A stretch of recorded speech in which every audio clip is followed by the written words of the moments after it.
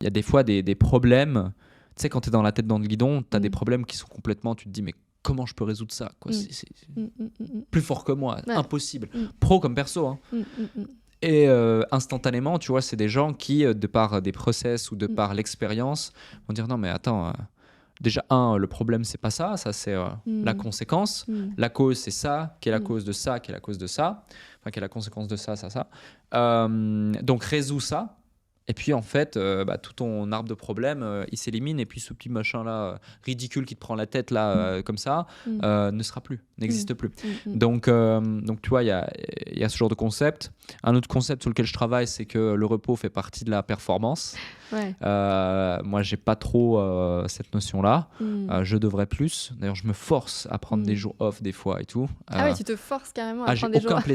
J'ai aucun plaisir à prendre des jours off. Enfin, si, sur le moment, j'ai du plaisir, mais c'est vraiment un effort. D'accord. C'est quoi qui te fait plus kiffer, en fait, dans ta vie entrepreneuriale, tout ça? En fait, je suis animé par le fait par ce que je fais, quoi. Ouais, par élever les autres, élever dans l'entreprise, etc. Puis même concrétiser des projets, bosser, mais aussi, tu vois, rencontrer des gens, échanger, avoir des discussions intéressantes, stimulantes intellectuellement, etc. Et en fait, si tu veux, c'est au moment où je me dis, ok, le repos, ça fait partie du truc, que je me dis, ok, bon, vu que ça sert mon objectif et que ça sert mon truc ta performance aussi. Voilà, c'est ça, ça a du sens. Mais pourtant, tu vois, quand je me repose, que ce soit avec des proches ou autres, c'est pas dire que je les aime pas. Le fait que je pense à autre chose, ou que j'ai envie de prendre mon téléphone, ou que je me dis, ou je me dis au bout d'un jour, 2 jours, qu'est-ce que j'ai hâte de retourner bosser. Ça veut pas dire que je prends pas de plaisir, mais ça veut juste dire qu'en fait, je suis au bon endroit, tu vois. C'est plutôt rassurant. C'est plutôt rassurant. Vaut mieux ça que se dire j'ai envie d'être en vacances, etc. Parce que c'est vrai que quand tu es passionné par ce que tu fais, pour moi, c'est pas vraiment des vacances.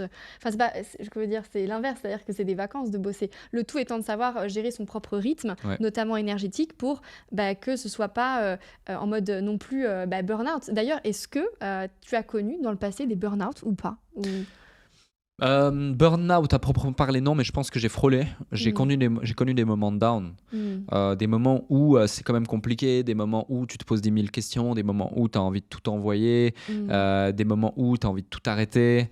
Heureusement, parce que c'est ces moments que tu apprends le plus, c'est ces moments que tu apprends aussi sur toi, c'est dans ces moments où tu poses les bonnes questions, c'est dans ces moments où tu restructures les choses.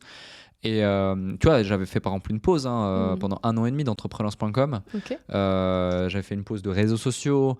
On peut pas dire que c'était un burn-out, mais on peut dire clairement que c'était un moment de remise en question globale et générale de pourquoi je fais les choses, est-ce que ça a un sens, est-ce que j'ai envie de les faire encore pendant 5 ans, pendant 10 ans.